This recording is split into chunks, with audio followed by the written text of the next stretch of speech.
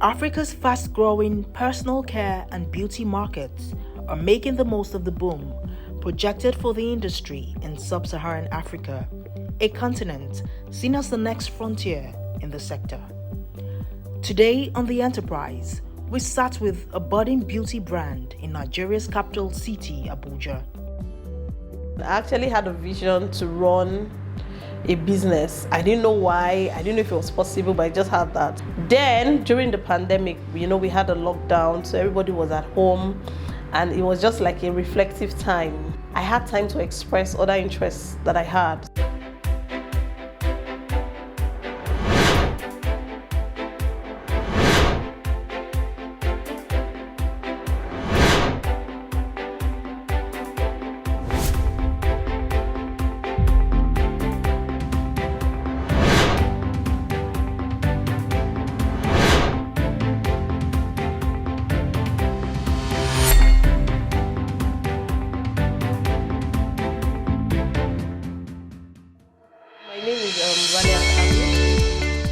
Raliat Abe considered the high road of entrepreneurship after having a fair share of paid employment. In her case, paid employment was relatively good, but there was a burning desire to birth her own enterprise. So I'd worked in the Nigerian brand for about 10 years, and after which I started to do some sort of business coaching and trainings for female businesses. So I called it the Mentoring and Coaching Lounge, where I helped female businesses with their business when it comes to operations, customer service, employee, HR, and all of that. So that's what I used to do. But because I'd worked in the beauty field for that number of years, even if I did other things, I still knew how to do my makeup properly. I still had selling skills, you have different things. So I'm like, okay, why don't I even start a beauty business? Now you will say, what gives you the confidence to do so many things? I don't know. I'm just that person that is adventurous. I could try out things. And I had done some kind of training in entrepreneurial management, which was with EDC, the Pan-African University. So I knew the whole process of starting a business, running the operations, running your inventory and customer service and going through it. So I started a beauty brand. Thanks to a burgeoning population, the beauty and personal care market in Nigeria is expanding in leaps and bounds. And Rally Rich Beauty brand is one of the sector's rising stars, offering a wide range of services. We run beauty services, we do bridal makeup, we do microblading, we do waxing, threading, and all the services that beauty businesses do. Also, we sell beauty products. We sell beauty products. Then we started our own beauty brand, which is the Rally Rich Beauty line. And we have just started with about 3 products. In those 3 products, they have different colors, different shades, and different styles. But that's where we are for now. The creative director takes the personal care business quite literally as she explains her inspiration for the brand. She also hopes to capture the essence of the Nigerian woman who is known for her elegance, unique versatility, and style. So we try to communicate beauty in its diversity. Whoever you are, there's something for you. If you like color, beauty doesn't have to be boring, doesn't have to be a straight jacket. One way is that I'm a lady, I'm fun, I like to play, I have something for me. Oh, I'm serious, I just want to be, I have something for you. So that's what we try to communicate with the Rally Rich Beauty brand. We are going to be offering you something beyond your identity when it comes to makeup. I know that makeup beautifies, it enhances, it makes people look good. However, we do not believe that that's all that there is to you. We believe there is more. One of our values is integrity and fun. There's integrity, there's fun as part of our values. Then there's beauty in its original form. So beauty as in what beauty means when it comes to how God created us. Not beauty because you wear lashes or because you do all of that, but beauty because you are fearfully and wonderfully made. And we try to communicate that through our products. As inspiring as she sounds, the beauty market is also divided by demand for both local and international products, with the latter dominating the market. Consumers typically expect high quality products that are both reliable and affordable. So, how does a relatively new and local brand compete? Nigeria still has a problem with new things, like I'm going to try this new person. I'd rather try an international brand and feel along. I think sometimes I look at it and I'm like, so it's not really our fault. It's a complex thing that happens to us as a nation.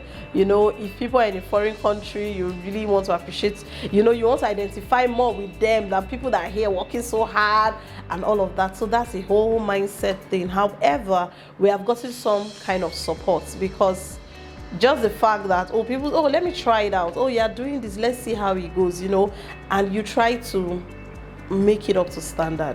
So you want the packaging to be proper, you want it to be attractive, you just want to do it in a way that okay, it's Nigeria, but I like the way it looks and people want to identify with it. You are going to have to be adventurous. There's some form of risk when it comes to business. You don't have to know everything. Trust me, even if you know everything, it won't work out that way. And you don't have to know everything. You have to trust your gods as you move along. There's something in you that tells you this is the way to go. You have to also trust that thing. You're not just going to wait to hear all the facts played out. Yes, by the time you have done this math and it doesn't work like that, sorry to say. It's helpful, but it doesn't work like that. It definitely takes a healthy dose of passion and dedication to talk about your business with such unflinching resolution. But it demands even much more to drive sales and increase profits, which is the ultimate intention of any business. Passion is very important. Like they say, you start something from passion, but there's a point you get to, you need knowledge to go with your passion. Your passion cannot sustain you anymore. So how it works is that you start business. They say experience is the best teacher, but someone else says the experience of someone else is better than the experience that you experience. Awareness is very key. If you cannot spend all the money doing the feasibility studies, going here and here, be very, very aware. Ask people from different pools that are likely to use the product that you're making or the service, and ask what is your pain points. This thing they say, create something for people, then force them to buy it. It's harder, it's more difficult. Some people can do that, however, it's more difficult. How about I just meet you at your point of need? The moment that happens, bam, you will take it. You'll be like, is that it? I want it, and those are the things that you don't see, that don't last on the shelf. So learn from people that have done it before, and it'll be easier and faster. That's the truth. So that's what knowledge is when it comes to business. However, sometimes we procrastinate, so you are waiting to gain all the knowledge. No, start. There are some other things, no matter what you learn, there are things that are peculiar to your own business, and you experience it, no matter what the experience is. But it's good to learn, and it's good to acquire knowledge. The cosmetics and personal care industry globally generates an estimated annual turnover of around $400 billion. Research also indicates that Nigeria's cosmetics industry is valued at $3.4 billion. Hence, it is a sector that requires a fairly decent capital outlay to venture into. How did she do it? I had grown in a mindset that kind of tells you that funding is not your first problem. So every time, and truly if we ask ourselves deeply, when somebody asks you, you want to do this, so what, you'll be like, I will have done this, but money. So there's this thing that we just hide under funding. Funding is very important, don't get me wrong, but it has its place at a particular time. So there was a young lady that came to me and she said she wanted to do her product line, but funding has been holding her. So I'm like, okay, if somebody wants to give you money now, what do you need? She doesn't know. Where do you want to get the product from? She doesn't know. What do you want to start with? She didn't know. So I said, you are not ready. Funding is not yet your problem. It will be a problem eventually, but it's good to get to the point where you have your invoice already. You just need the money to pay for it. But we don't even get to that point. We have not researched, we've not decided. We just hide under the umbrella of funding. So I started with every other thing first. So when it got to the time for funding, I knew that, what I need now is funding. And to get funding means that you have to show someone a plan, or they have to see what you say you want to achieve. Where are you going with this? What do you want to, even if it's family and friends. I actually started with my own personal savings, family and friends. However, at your next level, you are going to need some form of investment. If you're not getting grants, then you're going to need some form of big investment to put out the things you want to do the commercials you want to do. Now, how are you keeping records? Are you posting your sales regularly? Can people say, oh, this is what you generated in the month or in a week? Can they say this is your fast selling product? And why is it your fast selling product? So you need all that data for you to get funding eventually, but you will start small, then you grow into it. When we come back, we will explore her life in paid employment and how she discovered another stream of income. Raliat also shares her perspective on whether everyone can be an entrepreneur. Everything that I brought out of myself when I was in the paid employment is the things I used to run my life today. When you are employed, you have room to try a lot of things, find the ones you like the best. There are some things you are not interested in, you don't even bother with them, So you grow through those things and you are experienced. So you can do your business when the time comes, if that is your vision.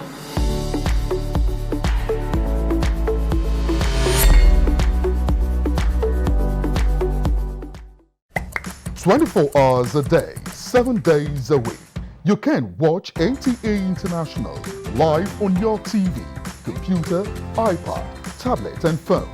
Log on to visiontv.co.uk and click on Entertainment, then NTAI. You can also download the iOS or Android app on your mobile devices to watch NTA International on the go, anywhere in the world. NTA International, your window to the world.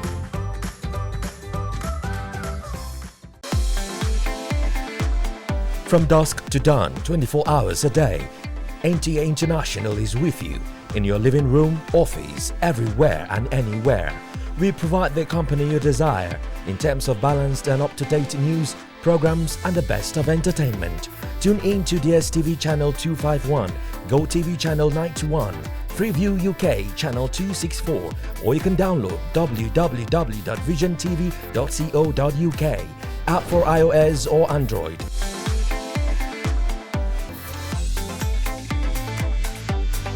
You can also see us on Facebook and YouTube for quality content on the go. NTA International, Africa's window to the world.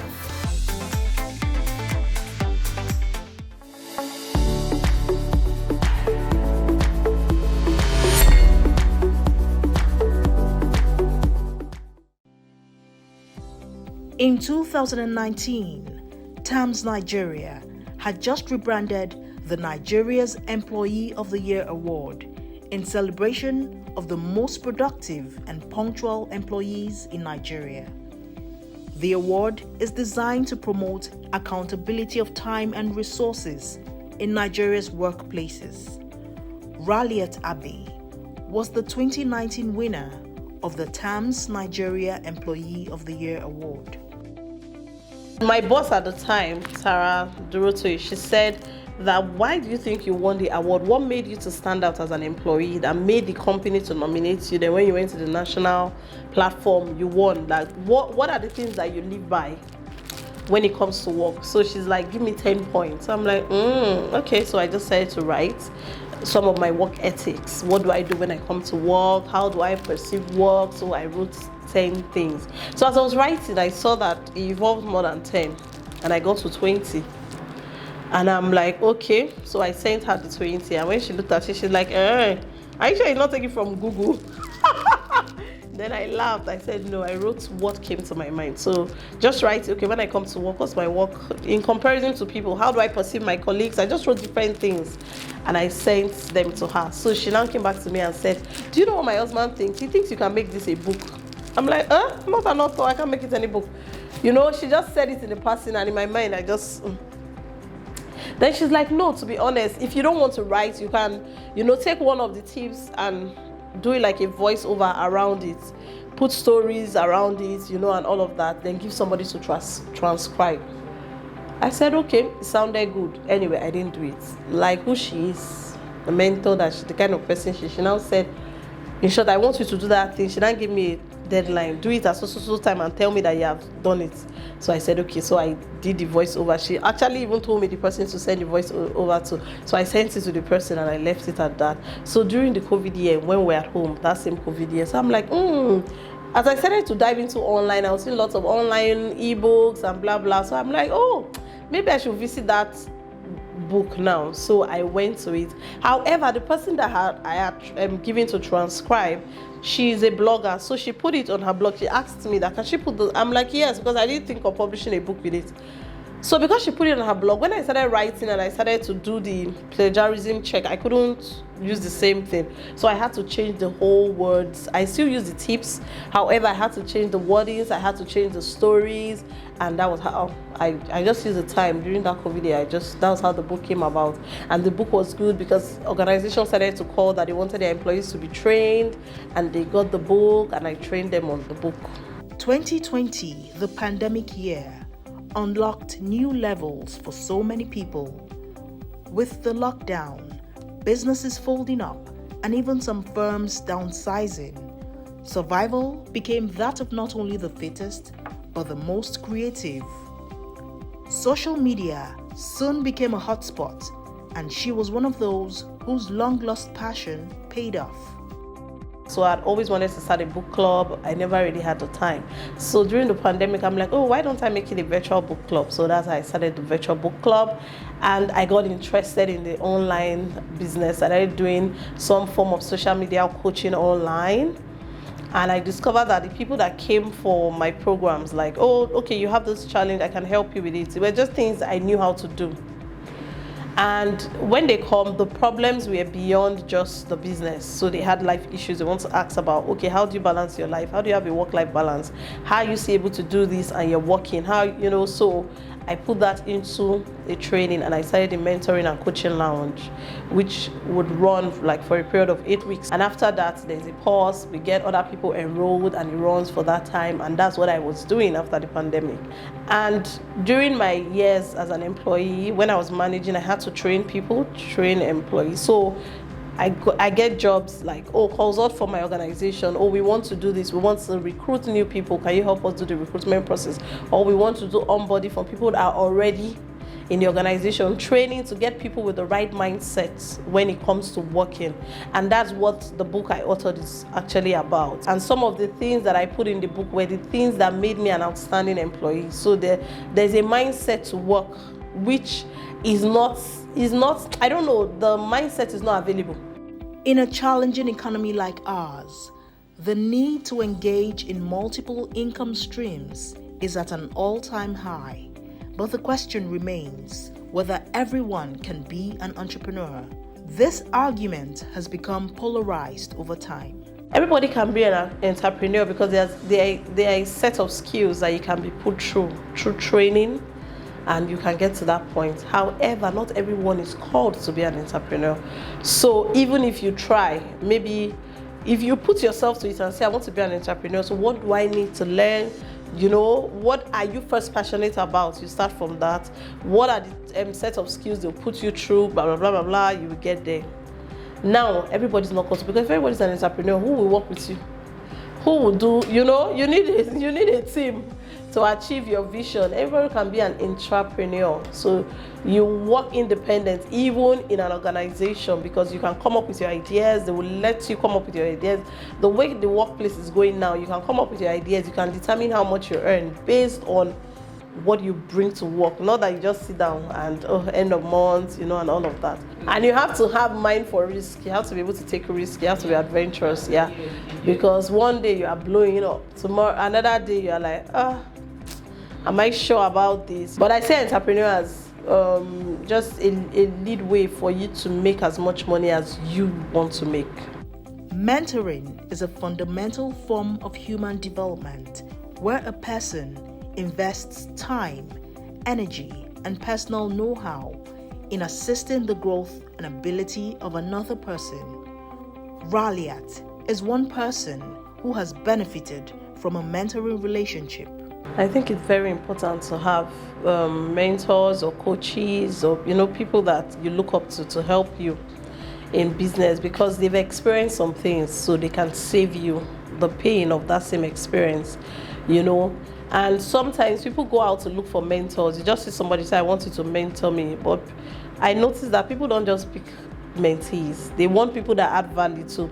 So there must be something you are bringing to the table, you know. They must see something. There's a pull that makes them say, oh, this person is interested in learning something. This person, you know, this person is inquisitive. Maybe you ask lots of questions. You always want to help out. When they are doing events, you are there to support. Then they will say, okay, I can invest in this person. They can nominate you for things.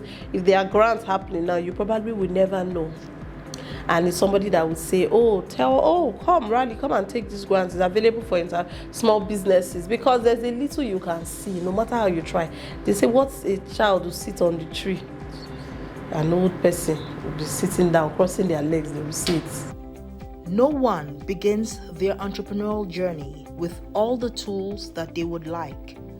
The only real difference between entrepreneurs and the rest of the world is that they don't get in their own way. Raliat shares some tips for success.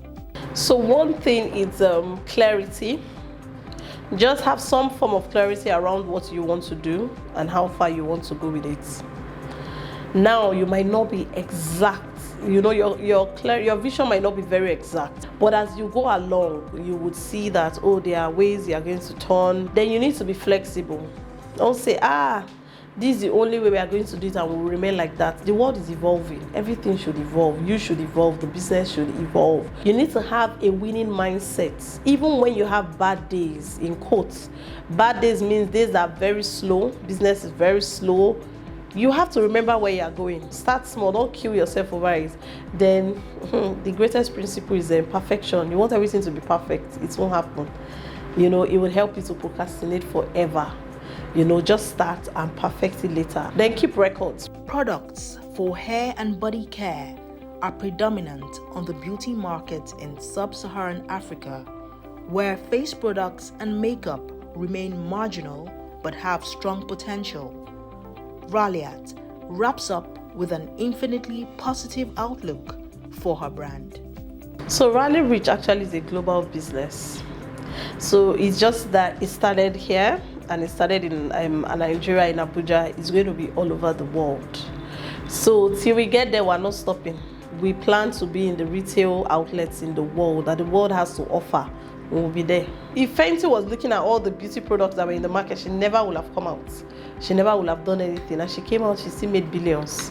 So please go there and push and pursue that thing that you want to do. It's valid, because every day we give birth to new people. The world, we have not made enough product to take care of the whole world. So why limit yourself and say, someone is already doing it, I can't do it? Who said?